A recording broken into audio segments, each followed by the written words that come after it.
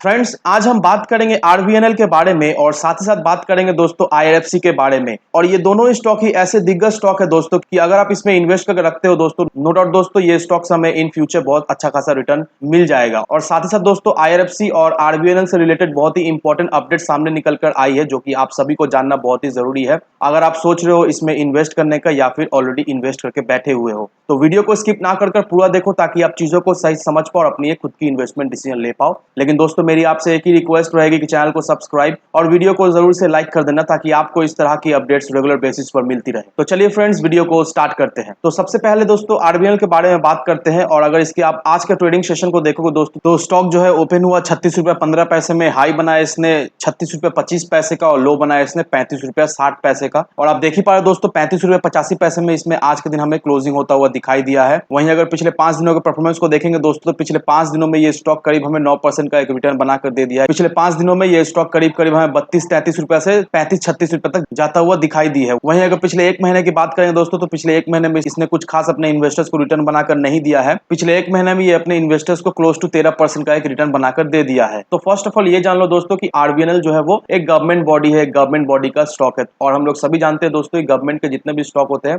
उसमें हमें कुछ खास तेजी बनते हुए नहीं दिखाई देती है क्योंकि शॉर्ट टर्म में। लेकिन वही अगर ये सारे स्टॉक को अगर हम लोग होल्ड करके रखें लॉन्ग टर्म के नजरिए से, नो डाउट दोस्तों ये सारे स्टॉक हमें लॉन्ग टर्म के नजरिए से एक अच्छा खासा रिटर्न, एक अच्छा खासा बेनिफिट देते हुए दिखाई देती है। अगर मैं आपको एक छोटी सी एग्जांपल दूं तो आज से 3-4 साल पहले एसबीआई का जो प्राइस हुआ करता था वो हमें करीब 160, 165, 170 रुपए के करीब दिखाई देता था। लेकिन वहीं अगर एसबीआई के अगर आप आज के करंट प्राइस देखोगे तो एसबीआई करीब हमें 490, 500 रुपए के करीब ट्रेड करता हुआ दिखाई दे रहा है। तो आप देख लो दोस्तों, जिन लोगों ने उस समय इन्वेस्ट कर रखा था उन लोगों का आज कितना ज्यादा बेनिफिट हो रहा है, उन लोगों का पैसा ऑलरेडी 2 गुना 3 गुना एसबीआई ने बनाकर दे दिया है। वैसे ही दोस्तों ये सारे स्टॉक जो है सरकारी स्टॉक है, इसमें अगर आप अपना पेशेंस बनाए रखते हो, नो डाउट दोस्तों ये सारे स्टॉक आपको एक बहुत अच्छा खासा रिटर्न बनाकर दे जाएगी इन फ्यूचर। और वहीं अगर इसके एनुअल डिविडेंड यील्ड को अगर आप देखोगे दोस्तों, तो एनुअल डिविडेंड यील्ड आपको मोर देन 5.5% का दिखाई दे रहा है। तो आप देख लो दोस्तों, अगर डिविडेंड के नजरिए से भी ये सारे स्टॉक में अगर आप इन्वेस्ट करके रखते हो एनुअली, ये सारे स्टॉक आपको 5.5% के ऊपर एक डिविडेंड यील्ड दे देती है। और आरबीएनएल से लेकर जो लेटेस्ट न्यूज सामने निकल कर आई है दोस्तों कि आरबीएनएल का जो बोर्ड है उन्होंने डिक्लेयर कर दिया है इंटरिम डिविडेंड ₹1.58 पर इक्विटी शेयर इस साल फाइनेंशियल ईयर का।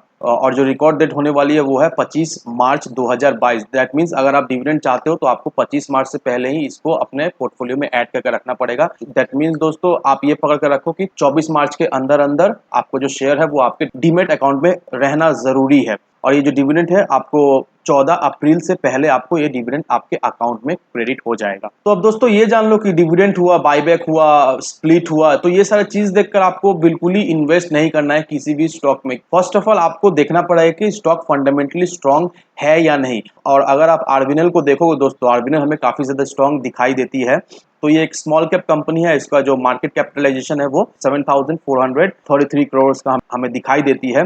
और आप देख लो दोस्तों स्टॉक भी इसका सिर्फ और सिर्फ 6.65% का, तो स्टॉक भी बहुत शानदार हमें दिखाई देती है दोस्तों। आरओसी देख लो, आरओई देख लो दोस्तों, एक अच्छी खासी लेवल पे हमें दिखाई देती है। और अगर आप इसके बुक वैल्यू को देखोगे तो ये स्टॉक अपने बुक वैल्यू के करीब ही ट्रेड कर रही है। और वहीं अगर इसके फेस वैल्यू को देखोगे दोस्तों तो 10 रुपए का फेस वैल्यू आपको दिखाई दे रहा है। तो इन फ्यूचर दोस्तों बहुत ज्यादा चांसेस है फेस वैल्यू कमाने के लिए। इन फ्यूचर दोस्तों आपको 1:10 का स्प्लिट मिलने का बहुत ज्यादा चांसेस हो जाती है। और वहीं अगर दोस्तों इसे क्वार्टरली रिजल्ट को देखोगे दोस्तों, कंपनी लगातार हमें प्रॉफिट में ही दिखाई दे रही है।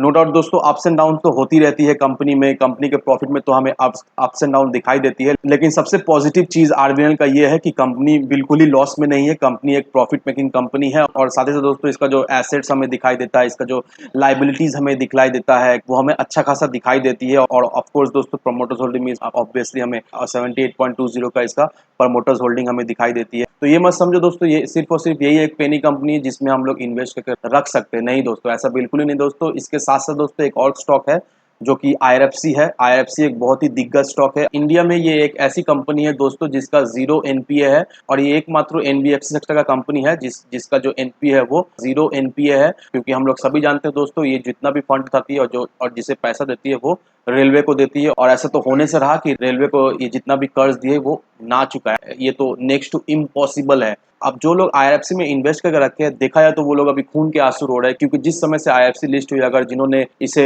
लिस्टिंग के समय खरीदा हुआ होगा तो उनको देखा है तो आईआरएफसी ने कुछ भी एक प्रॉफिट बनाकर नहीं दिया है। क्योंकि अगर आप दोस्तों इसके मैक्स चार्ट को भी देखोगे दोस्तों, आईएफसी में हमें नेगेटिविटी ही दिखाई दे रही है। आईएफसी में हमें कोई भी तेजी बनते हुए नहीं दिखाई दे रहा, और इसका एक ही वजह है दोस्तों, और ये हम लोग सभी जानते हैं, वो है ओएफएस। कंपनी जो है वो ओएफएस लाने में डिले कर रही है, और ऑलरेडी बहुत ज़्यादा ही डिले हो चुकी है। लेकिन कंपनी की तरफ से ऑफिशियली बयान भी आई है कि मोस्ट प्रोबेबली मई या जून को ओएफएस कंपनी ला देगी, और सिर्फ ओएफएस के वजह से ही दोस्तों कंपनी में हमें कोई भी तेजी बनते हुए नहीं दिखाई दे रही। क्योंकि अगर आप एफआईआईएस को भी देखोगे या फिर नॉर्मल इन्वेस्टर्स को भी देखोगे, वो लोग इस कंपनी में उतना उतना ज़्यादा इंटरेस्टेड है नहीं, क्योंकि वो लोग ऑलरेडी जानते हैं कि जब भी इसका ओएफएस आएगा, स्टॉक जो है वो ऑलरेडी हमें डिस्काउंटेड प्राइस में मिलेगी, और इस वजह से वो लोग इन्वेस्टमेंट नहीं कर रहे। लेकिन जैसे ही ओएफएस आते हुए हमें दिखाई देगी दोस्तों, उसी के साथ साथ दोस्तों आईआरएफसी में हमें एक तेजी बनते हुए दिखलाई देगा। और नो डाउट दोस्तों, ये एक ऐसी कंपनी दोस्तों जिसमें आप लोग आंख बंद करके अपना इन्वेस्टमेंट कर सकते हो। और ये जो अभी आपको जो 22-23 रुपए में ये जो स्टॉक मिल रहा है दोस्तों, आने वाले समय में दोस्तों ये स्टॉक हमें 200, 250, 500, 1000 रुपए के ऊपर में भी ट्रेड करता हुआ दिखाई देगी जरूर से। और आईआरएफसी को लेकर जो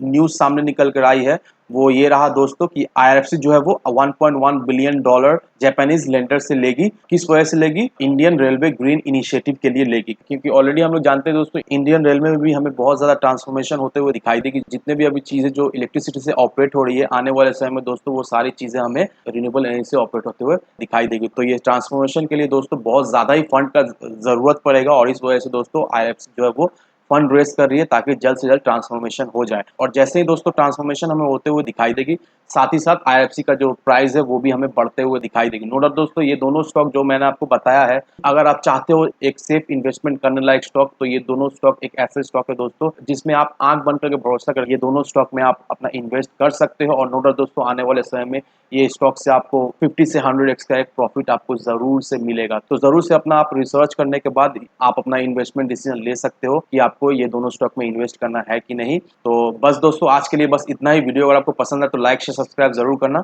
तो चलिए फ्रेंड्स, मिलते हैं हम अगले वीडियो में।